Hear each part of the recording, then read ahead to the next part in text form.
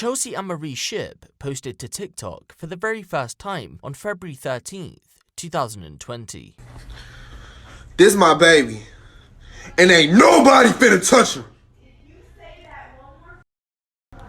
Unsure of where to take her content, she initially started to post clips with her dog to see where it would take her, and after catching some small attention, ending up on various FYPs, she decided she'd make a go of it in an attempt to become the next biggest influencer out of America. In the midst of all the happy-go-lucky TikToks lay a dark secret, one that much of our audience were unaware of. One that included a methamphetamine addiction and a love triangle. A love triangle that would leave the third party, a 16-year-old girl, dead. And if you thought that was disturbing, as this story starts to unpack, you'll come to find out that the motive makes this all the more horrific. Foreshadowing is probably something Chelsea didn't expect to happen when she made this TikTok, but less than a year after this was posted in an unrelated incident, she acted out upon the exact words she spoke. We gonna murder somebody!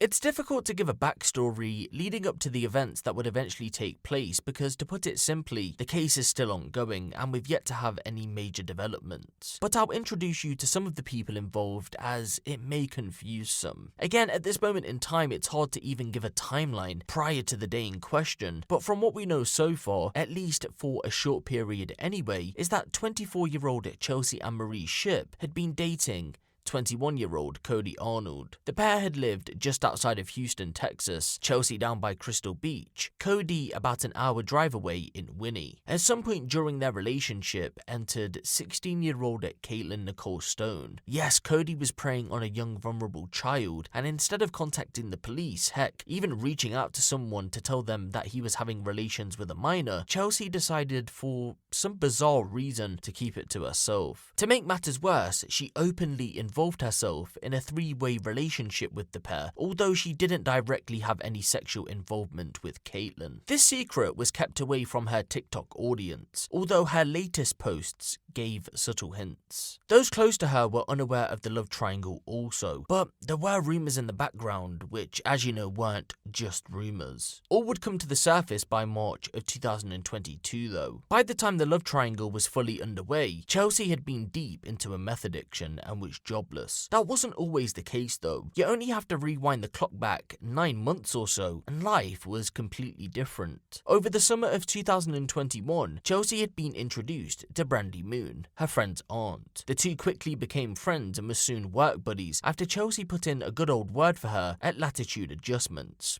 a cleaning company. On a quick side note, at some point after Brandy had been hired, Chelsea was let go for reasons currently unknown, but the two kept in touch. Even though they were good friends, Brandy never made an appearance on Chelsea's TikTok, nor did Chelsea introduce Brandy to Cody Arnold. But Cody Arnold and Brandy were known to each other and had even met on at least one occasion through their mutual friend, Cody Myers. Let's bring the timeline forward then to the 25th of March 2022. The girls hadn't been in touch for a while, and so when Brandy received a phone call out of the blue from none other than Chelsea, announcing she wanted to come over for a quick catch-up as she was in the area, Brandy was over the moon. Cody Myers had been present when that call took place, and when he figured out who was on the other side of the call, he filled Chelsea in on all the gossip as he didn't realise the two knew each other. Although it isn't clear if A, Cody knew of Katelyn's age, or B, if he did know, whether he passed that information on to Brandy.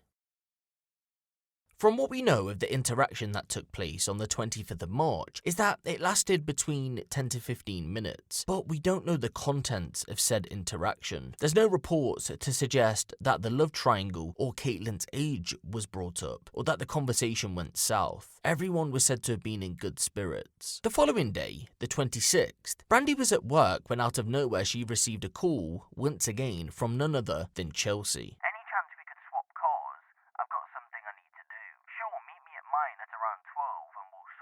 So Chelsea, along with Cody Arnold, met Brandy at hers and the cars were swapped. After the car swap, Brandy and one of her work colleagues decided to go out and enjoy the Friday evening. They had got off work early. So they decided to grab a couple of drinks and headed downtown to get their nails done. By 8 PM, Brandy dropped her friend back home before doing the same. Although Brandy didn't mind doing the car swap, Chelsea's car was too expensive to run around in, and at around 11 PM that very same night, a message was sent to exchange the cars back. No instant reply was given, and so Brandy decided it was time to get some sleep as she had work the following morning. By 8 AM the next day, just as she was about to leave for work, Chelsea rocked up to her front door looking worried. "You want to come inside? Is everything okay?" Brandy could tell something was bothering Chelsea. "Sure, I'll come in, but everything is fine by the way." "Okay, well, if you need someone to talk to, then you know that I'm here." No, everything is fine, honestly." "Well, if you want to reach out at some point, I'm here to talk." "Yeah,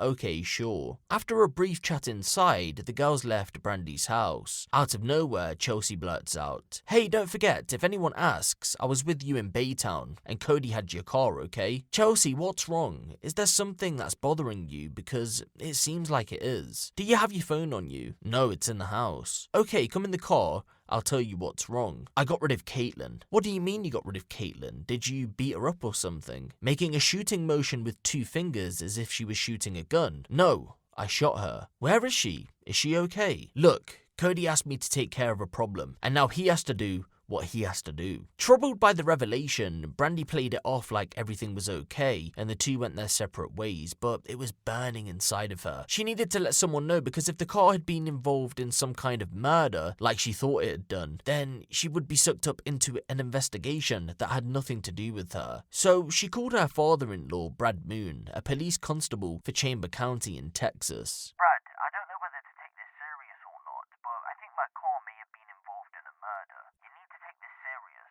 Leave the car if you haven't already, because you don't want to mess with potential evidence."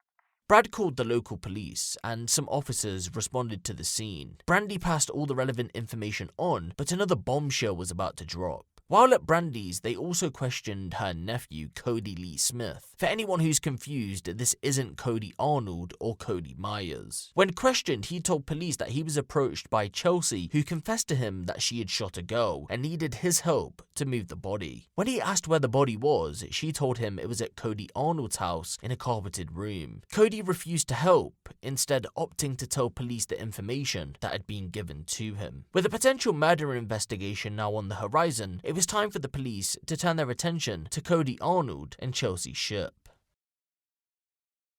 At 10:15 PM on Sunday the 27th of March 2022, law enforcement officials turned up to Cody Arnold's home on 14529 Cobbs Corner Road. When they arrived, both Cody and his father were out front. Officers made it understood why they were there, asked if it was okay to take a look around, both agreed, and in they went. Within moments, police discovered the lifeless body of Katelynn Stone. She'd been laid out on Cody's bed after being shot. She was covered in a duvet with a black bin liner covering the upper half of her body. Police would arrest Cody on suspicion of murder. Confused, in his eyes, he had done nothing wrong. He began to give arresting officers his version of events before they even made it back to the station. According to Cody, he said that he had been arguing with Chelsea about dating Katelynn as he was 21 and she was 16. In the heat of the argument, Cody told her that he believed Katelynn was pregnant after she produced a positive pregnancy test. He said this must have angered Chelsea, and when she had a brief moment with her while he went to the toilet, she opened fire, killing her in his bedroom. He said that he covered her head with a bin liner because he didn't want to look at her. What he couldn't answer though was why was there a trash can big enough to conceal her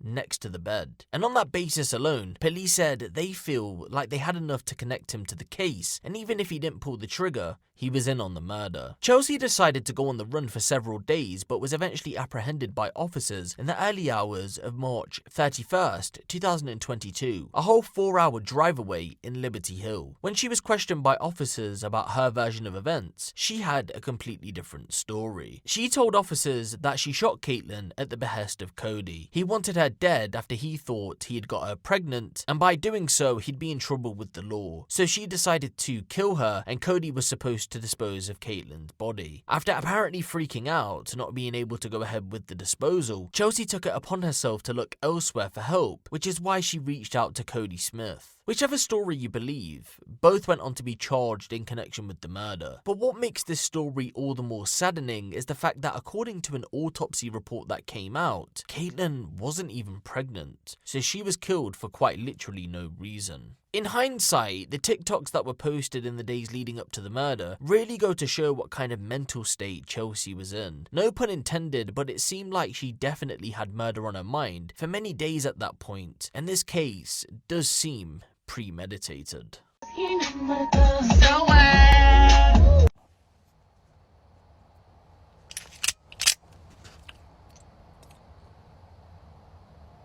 So what? Okay.